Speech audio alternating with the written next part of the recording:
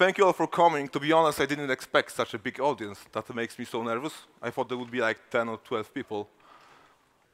I know there are some great tech talks in parallel, so I really appreciate you are here. I'm not going to bore you about myself, just a few words. My name is Jakub Pilimon. I work as a software developer and trainer. My main area of interest are domain-driven design, object orientation, and architecture.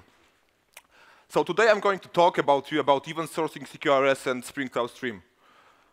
I tried to fit as many buzzwords as I could in the title of the presentation. I managed with 3 of them. But I'm going to tackle those buzzwords from a different perspective. I want to start from the world where we, as developers, feel comfortable at, okay? And people, I have a bad tendency or habit of talking too fast. So if it happens, you shout, and I will slow down, okay? If you don't want to shout at me, just do like this, or this, I will slow down. I call it my feature, but I know it can be annoying for the audience, so. I said that we're going to start from the world where we as developers feel warm and safe. So there is ORM, there's Hibernate, everyone uses Hibernate. Who amongst you have used something like event sourcing? How about CQRS? And who ever heard about this marvelous tool called Spring Cloud Stream? That's okay. So the question, what's the name of the mechanism in ORMs that keeps track that our domain objects have changed throughout the life cycle of the transaction? So how does Hibernate know that something should be written to the database? What's the name of this mechanism? Does anyone know? It's dirty checking, yes. And this illustration was supposed to help. It works like as follows. When Hibernate loads an object from the database, from the persistent storage to the persistent context, it stores a clean copy of that. It doesn't touch that throughout the transaction. And when there is a flash event or commit, it checks whether this state, comparing to that state from the very beginning, differs or not. If it differs, it knows that the object is dirty, and it should run some SQL statements against our database, right? Those statements, I like to call them like changes of our domain objects, or deltas of our domain objects, right? These are supposed to be Greek letter deltas, okay? These are not hangers. These are Greek letter deltas, and you know what? We're going to do something marvelous, because I've heard that debugging Hibernate is worth more than 1,000 words. So let's actually do that. I have a small setup over here, which basically says we have a new shop item with the order of, or with the status of ordered. Then we're going to change it to paid, and we're going to save it again. Let's debug it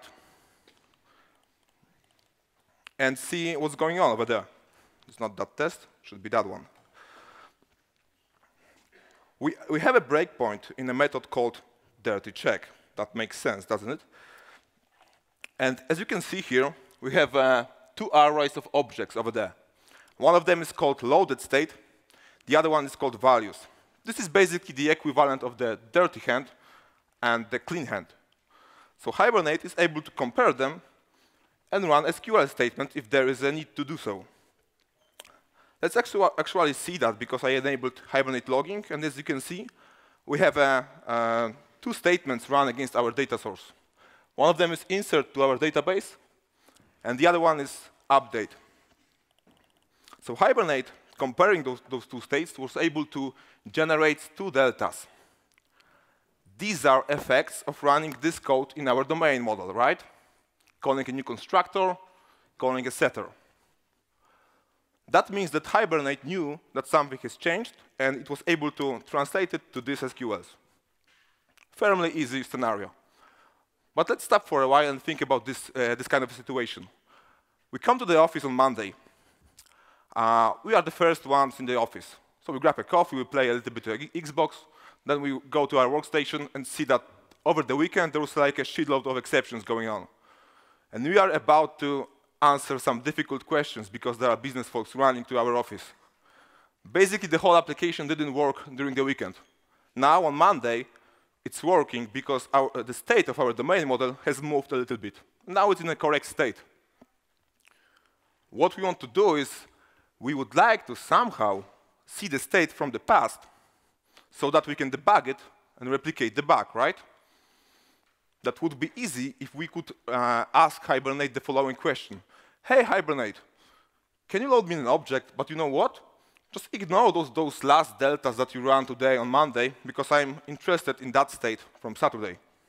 Of course, it's not possible, because Hibernate loads an object from the database as it is, calls an empty constructor, and populates fields, right? So let's go mad for a while. What if we try to implement this dirty checking mechanism on our own?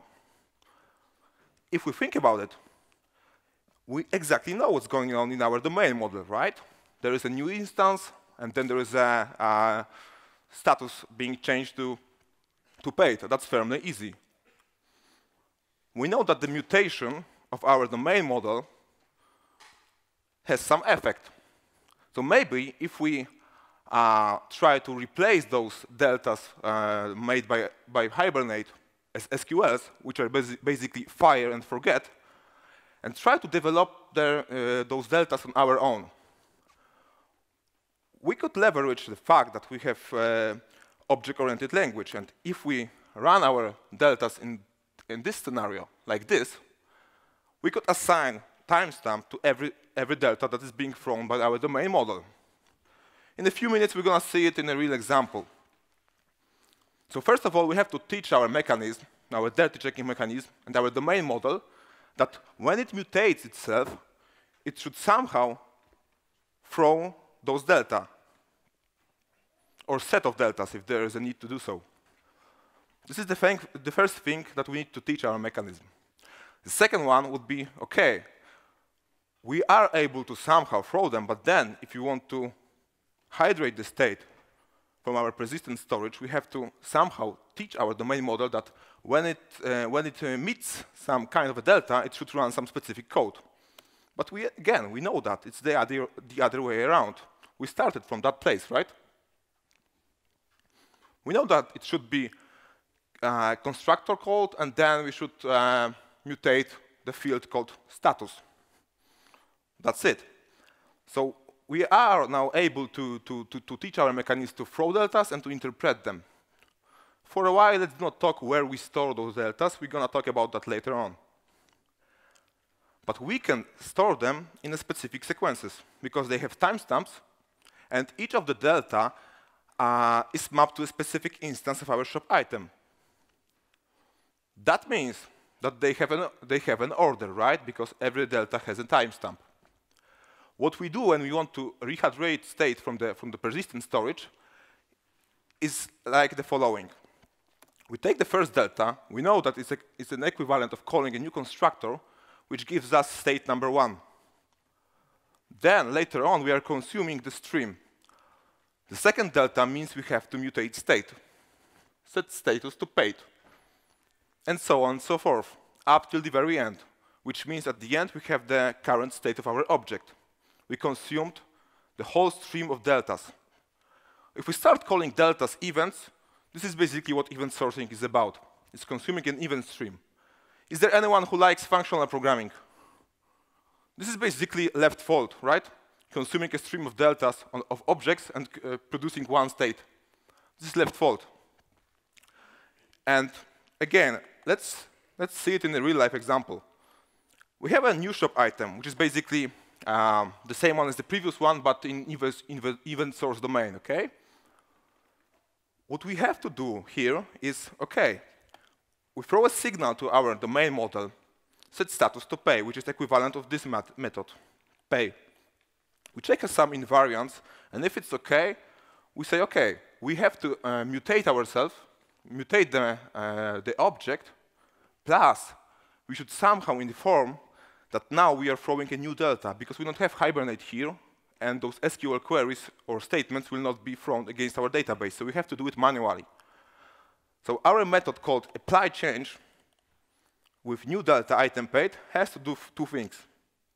First of all, it has to apply, so do the mutation which we will implement soon.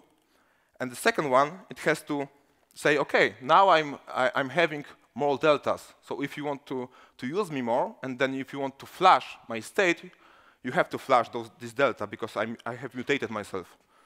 We can keep our deltas in our internal storage, like immutable list of events. And then, if someone wants to store, so that means when someone is calling save at our repository, and the repository means this interface, which we are familiar with because it looks just like in a normal domain. It has save and get by ID method, but the implementation looks a little bit different, but the contract is the same. The implementation says, OK, if you want to save a shop item, you should get all of the pending deltas that are internal stuff of our shop item. Basically here, the dirty check mechanism means if the internal collection is empty, then the object is clean. The clean hand, right? If the internal collection is not empty, that means we have to store something. This is the dirty equivalent, right? So this is the dirty check. We have to store them in some kind of event store. What can be an event store? In a simple scenario, it can be like a relational DB with one table of events. This table would have like 3 or 4 columns. One of them would be object ID, so that every delta can be mapped to specific object instance. Payload, serialized to JSON, XML, or bytes, anything. And of course, timestamp, right? Because we need to get the order. If we can store them with timestamp, that means that every time someone wants to load an object, it can cut the stream in half. Let's say we are interested in state from the weekend because we have to replicate that bug and say to the business, what the hell happened? So we are running our event store, we are querying our event store for deltas till the timestamp of Sunday, right? That means we can have state from any specific point in time. We cannot do that with Hibernate, and with this scenario, we can travel back in time. Let's actually code that.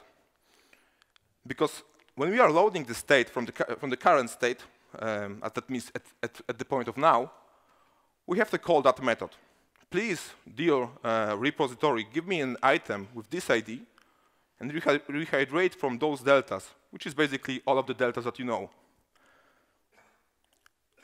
For a while, it's returning null. I guess it's not possible, so we should code something. You know what?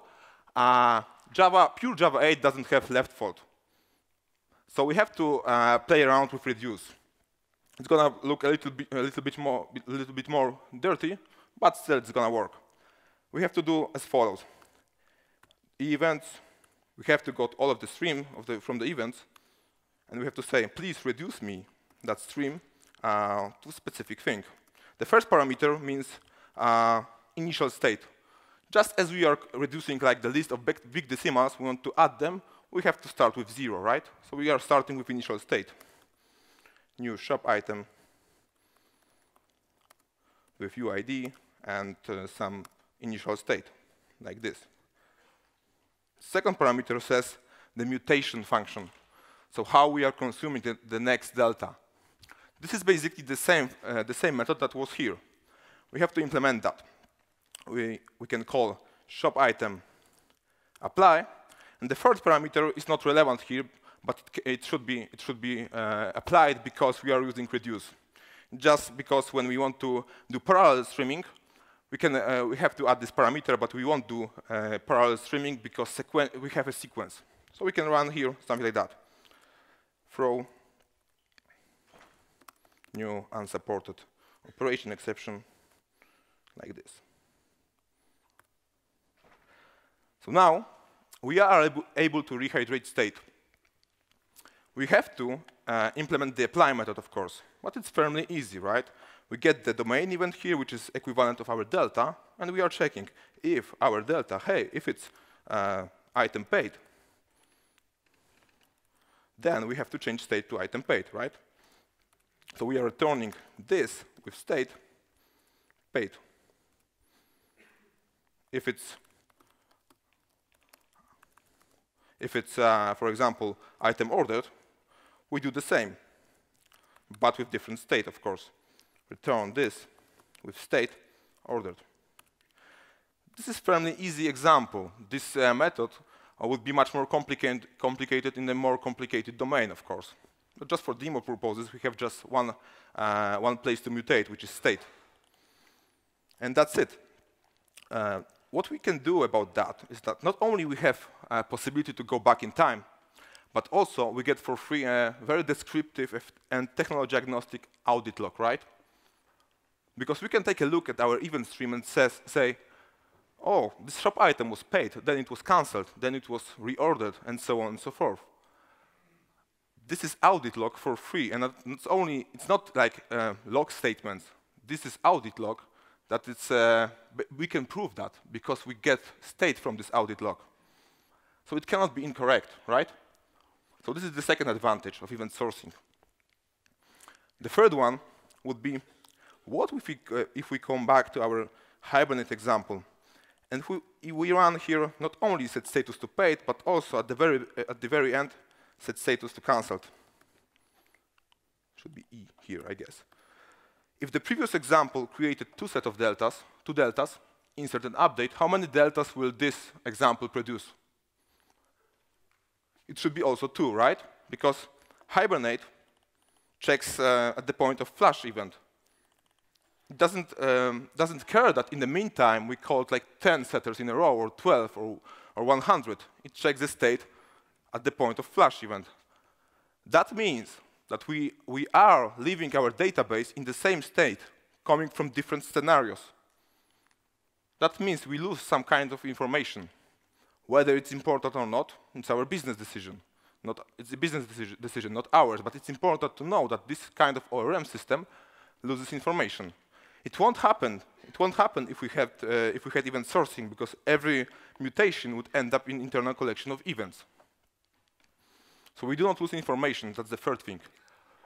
And last but not least, if we take a look at the shop item in event source scenario, basically it's left away without any Hibernate annotations. That means we can practice here object orientation if we want functional programming also. In other words, we don't get to do trade-offs here in our domains, in our domain objects. Domain is not a place to do trade-offs, right? We want to practice object orientation and proper functional programming if we want in our domain. We don't need to care about empty constructors, not final fields, and so on and so forth. There is no impedance mismatch in this scenario because it's not being mapped to relations. Do we really, as programmers, understand do words? Our object orientation, backed by good design practices, and relational word, backed by mathematics, plus the bridge between two words in the form of Hibernate or any other ORM.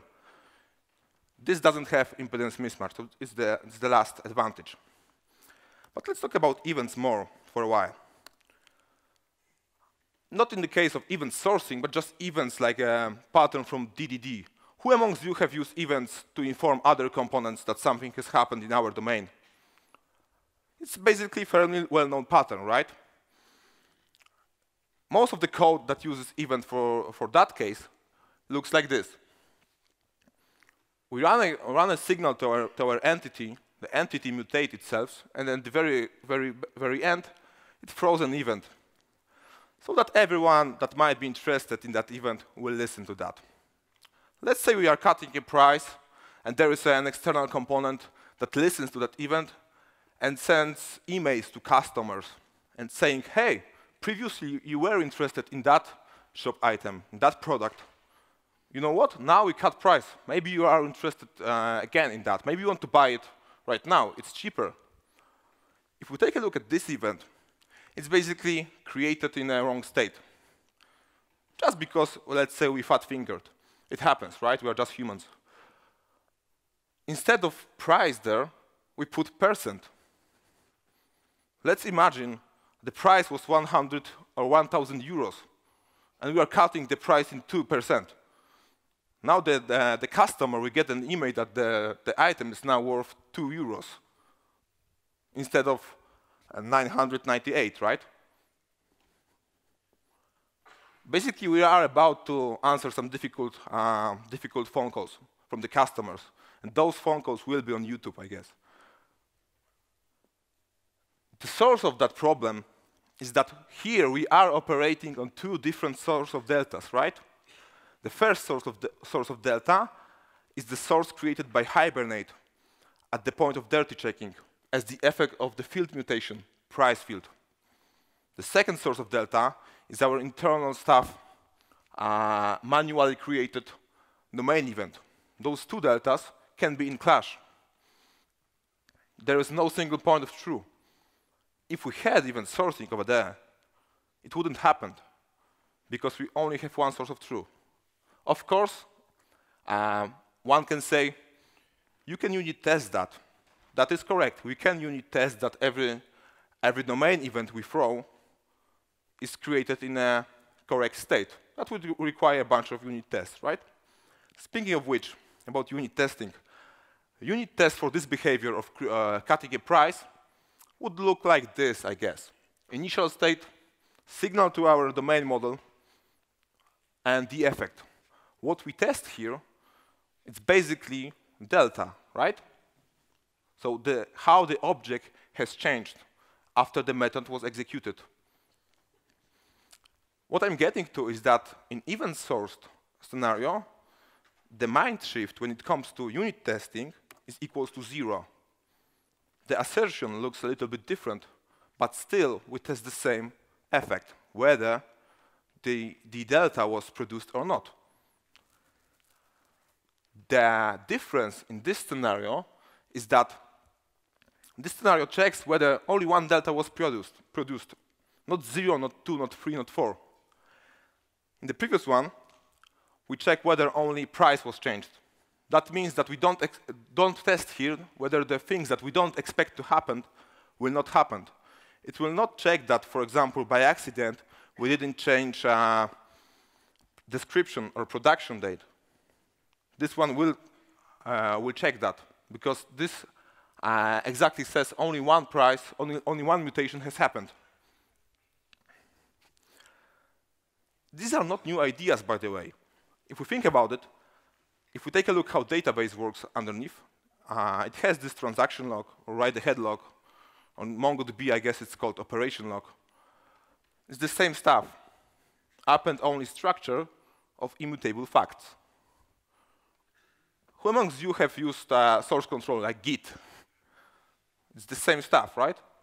It's not a new idea. But the world is not like an easy place to live. So what happens if a product manager comes to us and asks us this simple question? You know what? I want to get a report of all of the shop items that we have and which prices are lower than 50. What could we do with this scenario? We could load all of the deltas that we have in our event store, reconstruct all of the shop items in memory, check which of them meet the required behavior, and return to the caller the resulting set, right? Simple enough. But that means we would have to create a full table scan every time we want to check something in the events table. That wouldn't scale, would it? Hopefully people came up with a different idea. Let's talk about Twitter. Who amongst you have used Twitter like 5 years ago? There are a couple of people. So those of you who did, they probably know that it almost collapsed back then. There is a famous story. You can read about it in a famous book, a marvelous book by Martin Kleppmann. It's called Designing Data-Intensive Application. There's like 4 pages of that story. Basically, it almost collapsed, first of all, because it used Ruby. Second of all, because they ignored the fact that maybe the model we use to write stuff down to the database doesn't fit our needs when we are reading this stuff from the database. Basically, they don't need to be the same ones. Twitter back then had a cluster of MySQLs. Amongst other tables, they were like 3 tables: users, tweets, and followees, so the people we follow. Basically, when someone posted a tweet, it was being stored in the tweets table. But at the same time, when people tried to load their timelines, Twitter engine had to do the following. I'm the user A, so I have to join myself with all of the followers I have in the followees table, and then I have to join all of the tweets, all of the people that I follow. So basically 2 joins. The MySQL cluster didn't handle that because there were so many people following so many other people. So the fan out was pretty good, pretty big. At the same time, they could handle pretty much writing to the database, but not reading. Because they ignored the fact that third normal form is not good for reads. Who amongst you was taught at university to do third normal form because otherwise the test will be failed? I was taught like that as well. But then I realized it's not true. Third normal form is good to write data to the database because it doesn't have redundancy. To read data, it's not that good. The Twitter engineers also came to that conclusion, and they changed the model. Basically, now when someone posts a tweet, and let's say this person is being followed by 10 other people, the tweet goes also to Redis cluster, to key value store of every followers. That means when someone posts something and it has she or he has 10 followers, there is like 10 copies being replicated in internal caches of each of the users. Then the timeline, when it's loaded, it only has to go to Redis cluster and get the value. That's it. Different model to read, different model to write. We can leverage the same fact in our scenario, in our case. Let's say we have this setup. We have our shop, which emits deltas to some kind of a message broker. For a while, let's not talk about this message broker. We emit those deltas, and someone is listening to that deltas and build its own model based for the needs of UI, like this. Here is my event log. Hey, if you want to consume that, be my guest. You can consume that and build your own model for your own needs, like third normal form relational DB.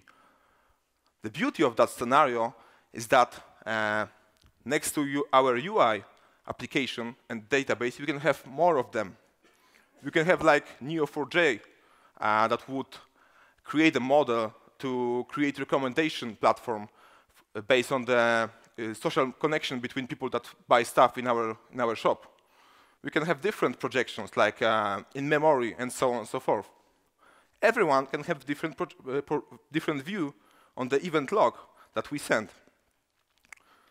It's like in real life, right? Let's talk about relationships. There's like always a past event log of every relationship. There's a couple fighting over the past events, and they all have different projections on that event. It's like, you did that on that specific timestamp. No, I didn't do that. I did something differently. I used to tell that to my girlfriend. Like, I did something different. You know, honey, you have different projection of our event source past scenario. You have a projection based for your needs, and I have mine optimized for my needs. Then we broke up. I don't know why. She didn't understand event sourcing. That's it. Let's talk about Spring Cloud Stream. Spring Cloud Stream is a really cool stuff, and it can be used for microservices that want to talk with each other by the means of messaging infrastructure. And Pivotal guys did a marvelous job there, because it operates on a neat abstraction of channels. That means that we have a channel that we talk from the producer to consumer. The beauty of that framework is that the abstraction is the channel, and when we have on a class path like Kafka binder, it will try to connect to a Kafka topic called items in that specific scenario. But if we change on the class path our binder to RabbitMQ, it will try to connect to exchange called items, and so on and so forth. There are ongoing integrations with different brokers. That means we could create a messaging infrastructure in no time. It's really cool.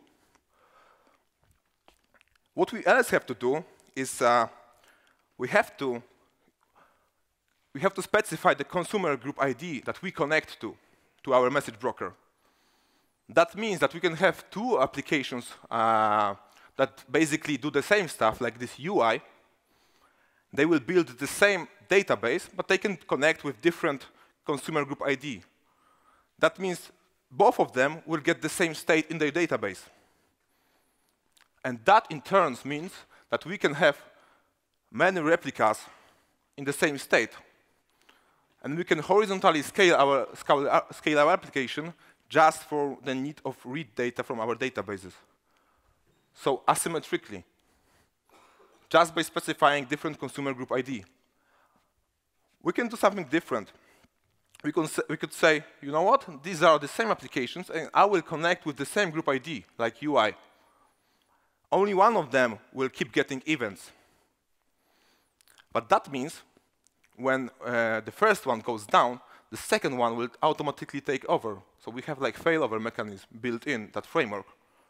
So horizontal asymmetric scaling and failover just by playing with consumer group ID. We can do different stuff here. Let's say we are about to implement a new feature.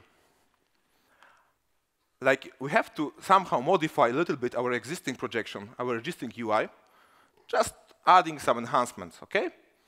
We can take our old model, code something new, run it with different consumer group ID, reconsume that event log from the very beginning, so we can play that the feature was there from the very beginning.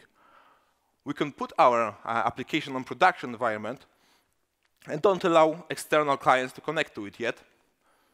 But we can be on production environment with historic data and keep getting live data because we are connected to live broker, live production broker. So historic data, live data, production environment. So that's a neat way to test a feature, right? Isn't it? When we are firmly confrontable with that new feature, we can say, OK, now 10% of the load will go to our new application. And the rest will go to the old one. That way, we have like A/B testing. When we are 100% sure that it's fine, we can switch the load balancer and put all of the load to the new application and have zero downtime deployments. It's easy because we don't share architecture. It's like shared nothing architecture here. We don't share databases. Zero downtime deployments, like blue-green deployments, are not easy when we share databases. There is something more. Because when we, 2 weeks later, when we realize that our code, the new UI, caused some mistake, we are still safe. Because the code and the data we have there is just a projection of the event log. So that means we can fix that and reconsume the state from the very beginning again, because it's just a projection. So we can do bug fixing very easily. With Spring Cloud Stream, we also can do the following. Let's say we have like a hot stream of events in some specific scenario, and we don't want to put that to one replica, to one UI. We can easily partition that over several instances. And the partition key is fairly easy because it's going to be the object ID, right? With that configuration in Spring Cloud Stream, it works out of the box. Let's talk about performance. People always talk about, OK, what happens if our event log has like 1 million of events, and anytime we want to load the state from the database, we have to load 1 million of events, reconsume that in memory, so that we can only see the current state. And there is like always this answer, OK, you can do snapshots. That means every 100 events, we can store a snapshot of our state. So when we have like in our event log 102 events, we don't have to load all of them, just 2 last of them, and apply that on the last snapshot. It's fairly well-known technique. That is how, for example, databases works as well. But this has a drawback that people don't talk about. The drawback is, the moment we have snapshots, we are coupled again to state. We don't have only deltas, but we have serialized state of our objects in our database, so we are again coupled to state. When we change the way we project shop item in our event source scenario, our snapshot becomes invalid, right? And people don't talk about that. Second thing, good stuff about performance is that when we load our events and we want to, for example, serve them via HTTP or some REST, we could leverage the fact that the event stream is like immutable chunks, append-only structure of immutable events. So when we serve them via HTTP, via REST, we could gain advantage of the fact that HTTP GET can use cache control. Basically, immutable data can be cached forever, right? It won't be changed. You don't have to revalidate them.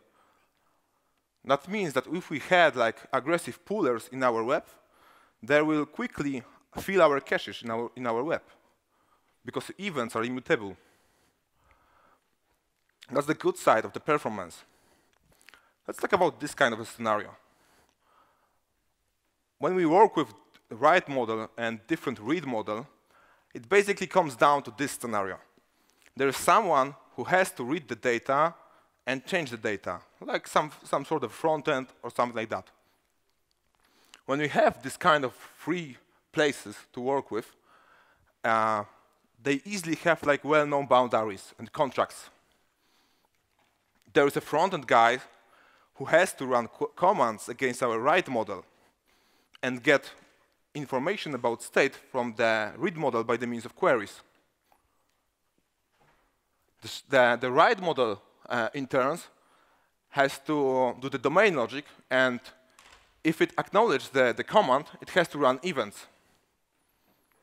The events will end up in the read model. The read model can be anything. The good thing about that is that the read model doesn't have to be coded that very well, because it's just a projection. So we can throw it out, we can truncate it and recreate. So basically that means that in write model we have to put our best guys. In the read model, maybe not necessarily. But the thing is that they have well-known contracts between each other. Let's talk about pitfalls. First of all, the thing with snapshotting, right? So the moment we have snapshots, we are coupled to state again. Second thing, it breaks relationships. True story, right? The third thing, what happens if our event is created in a bad state?